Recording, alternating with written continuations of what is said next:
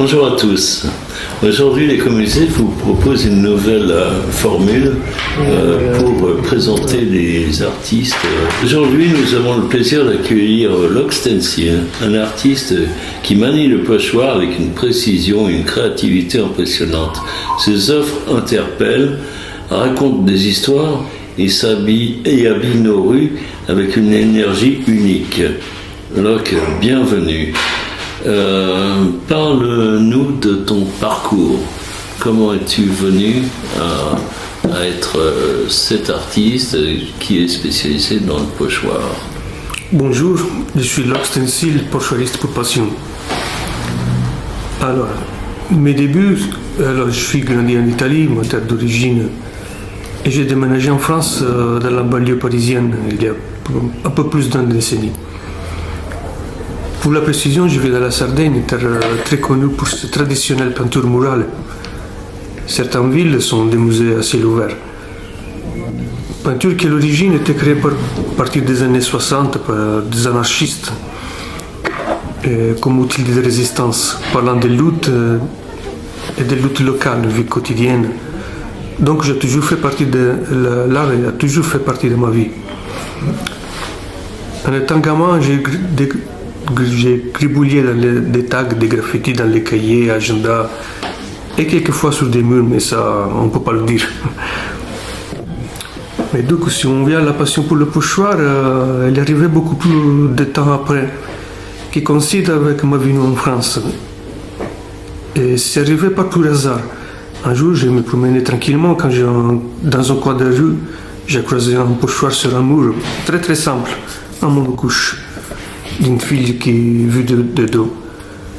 En ce moment précis, j'ai un déclic et je me suis dit, ça n'a pas l'air d'être super compliqué, je vais essayer. Et c'est ce que j'ai fait et j'ai jamais arrêté.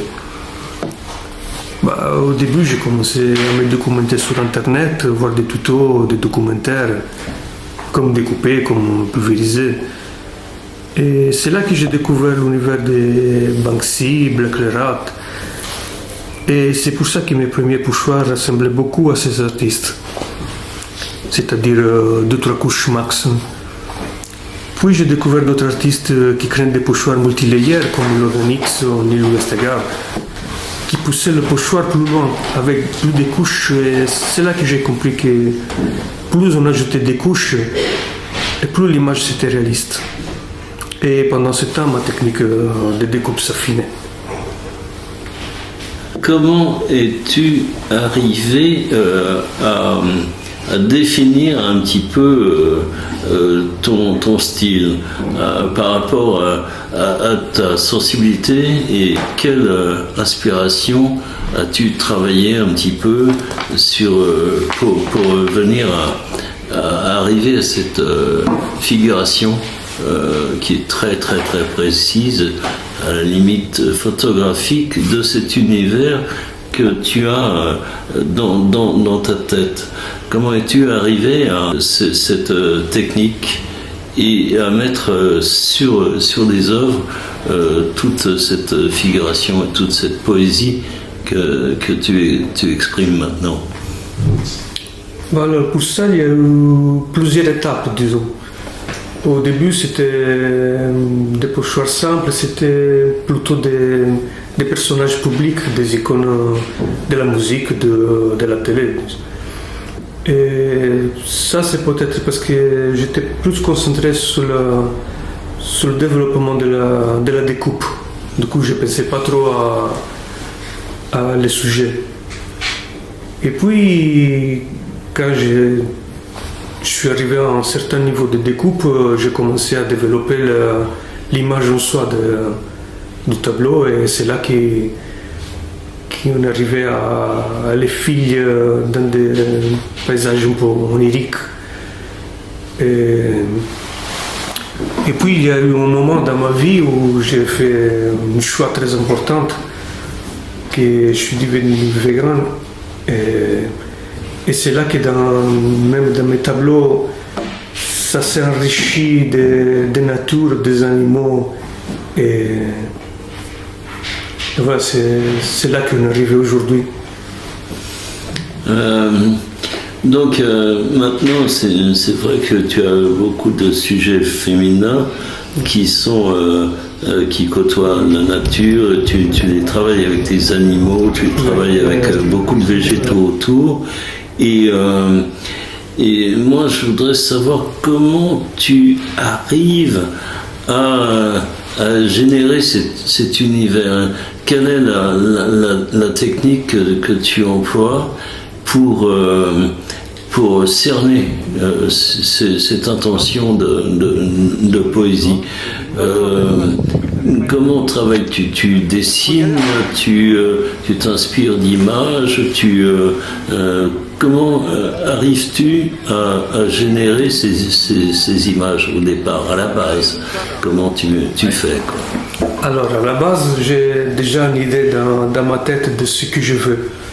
Après, j'ai fait des recherches sur Internet, j'ai feuillette beaucoup de photos sous des moteurs de recherche, sous Pinterest. Dès que je trouve un sujet qui m'appelle, j'ai choisi le sujet. Après, je fais des montages numériques.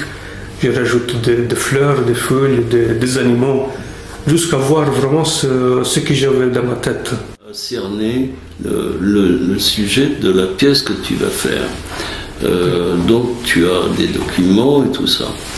Là, après, il y a une question quand même qui est primordiale, c'est la manière dont tu vas aborder le travail autour de cette image et comment tu vas la décomposer pour obtenir à la fin cette vision que tu as eue au départ, cette intention que tu as eue au départ. Donc tu as ton image de base, et là il va falloir que tu la décomposes complètement en layers, en strates, pour arriver à la reconstituer donc sur une toile, sur une peinture ou tout ça. Comment fais-tu pour décomposer complètement cette image que tu as inventée de manière en collage comme ça? Comment fais-tu pour la décomposer de manière à la restituer avec ta technique? Exactement. Pour faire ça, il y a des logiciels dans l'ordinateur qui ça peut être Photoshop, ça peut être GIMP. Alors moi j'ai mon image. Ce que j'ai fait en premier, c'est la mettre en nuance de gris. Parce que sinon les couleurs, ça me décomposera l'image en trop de couches. Du coup, je mets tout en gris. Après, je sépare en couches. Et en fait, chaque couche, c'est une nuance de gris. Et là, je commence à peu près à partir de cette couche. Et après, j'augmente jusqu'à ce que j'ai la résolution qui me plaît. Du coup, ça peut arriver jusqu'à 9-10 couches. Ok. Bon, il y a une chose qu'on voit quand même, c'est qu'une fois que tu as décomposé ces 10 couches, donc tu les retranscris avec... donc là, on va passer sur quelque chose de beaucoup plus technique. Tu les reproduis sur des feuilles de papier, de vinyle ou de cache, voilà, de façon à pouvoir après t'en servir X fois pour des reproductions. Donc tu vas choisir tel support pour pouvoir commencer à travailler avec tes outils. Alors tes outils, c'est quoi? Et c'est quoi ce moment où tu découpes les pièces? Et comment tu accordes le tri des découpes et le nombre leur valeur pour partir du noir à la lumière. Alors, bien sûr, oui, mais moi j'imprime sur du papier. C'est un papier un peu plus épais que les normaux papiers d'imprimante, c'est à peu près 200 grammes. Et oui, j'imprime ça, je découpe rigoureusement à la main. Et dans ma technique, en fait, oui, je pars toujours de couleur le plus foncé. Je pars du noir pour arriver au blanc, au gris plus clair. Et ça c'est bien pour avoir le résultat que je veux, comme je m'inspire des peintres de la Renaissance, de la clair-obscur. Je commence d'un fond noir et je rajoute de la lumière en fait. Chaque couche rajoute un peu de lumière. Et c'est ça qui donne l'effet un peu 3D et la profondité à l'image. Il y a une chose qui me surprend quand je vois toutes tes œuvres exposées là, c'est la diversité de choix des couleurs. Il y a Minerva par exemple qui est dans un camailleux de vert, voilà, ou une autre avec une cracheuse de feu qui part vraiment du clair-obscur, qui va du noir jusqu'à la lumière de la flamme. Voilà, une jongleuse qui est sur un fond assez classique, mais qui est traité avec du noir et blanc, mais avec un mélange de couleurs.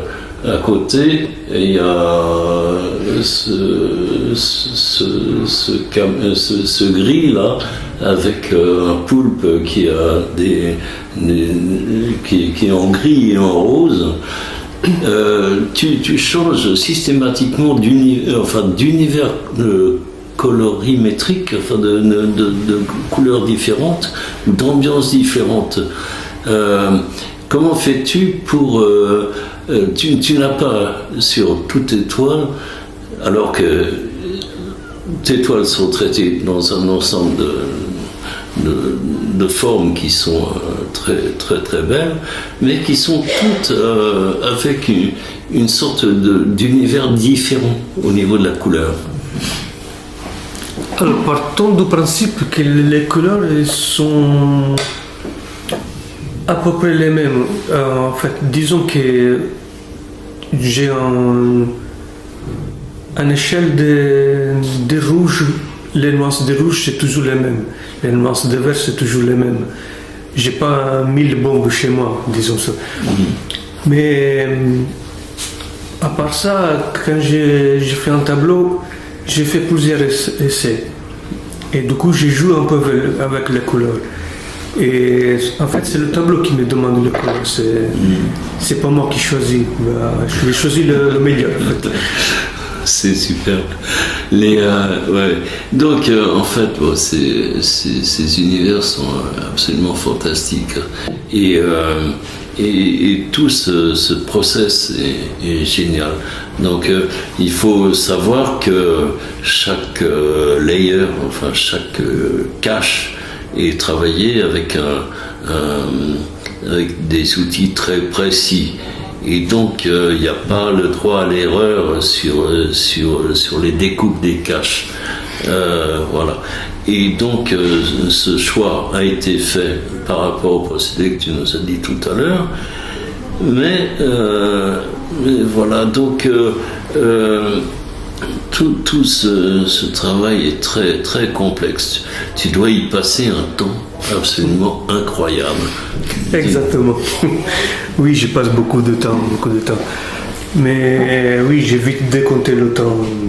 Parce qu'en fait, pour moi, la découpe, c'est du pur plaisir. En fait, moi, je suis devenu pourchoiriste pour la découpe, pas pour le tableau en soi. Après, bien sûr, il va aboutir dans un tableau, mais le plaisir que je trouve, c'est dans la découpe. Et bien sûr, des fois, il y a des soucis, ça peut casser, ça peut... on peut le mettre en bout de scotch, voilà. Et on peut des fois, il y a des chats qui jouent avec. Voilà, putain. Tu as combien de chats? 4. 4 chats. Oh là là. Il faut combattre avec. Ah ouais.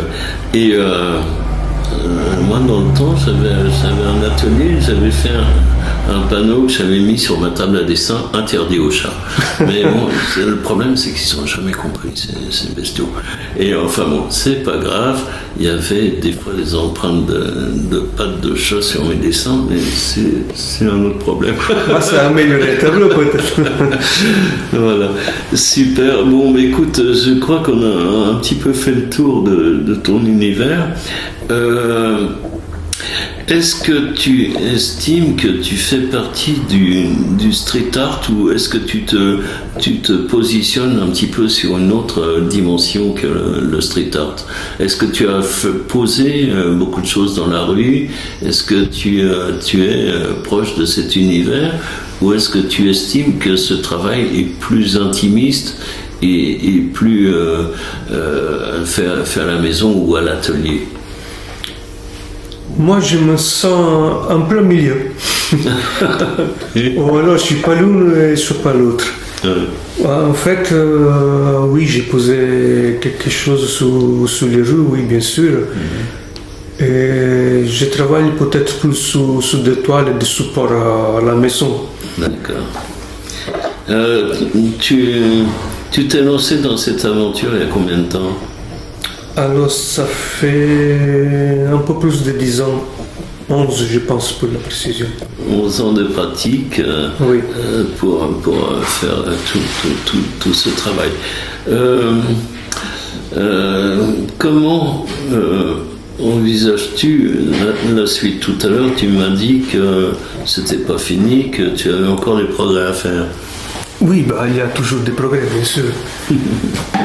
Écoute, je ne peux pas répondre à cette question, mais si tu me posais cette question il y a 3-4 ans, j'aurais jamais dit que j'allais exposer dans des galeries ou faire une expo solo. Ouais. Pour le futur, il est clairement ouvert.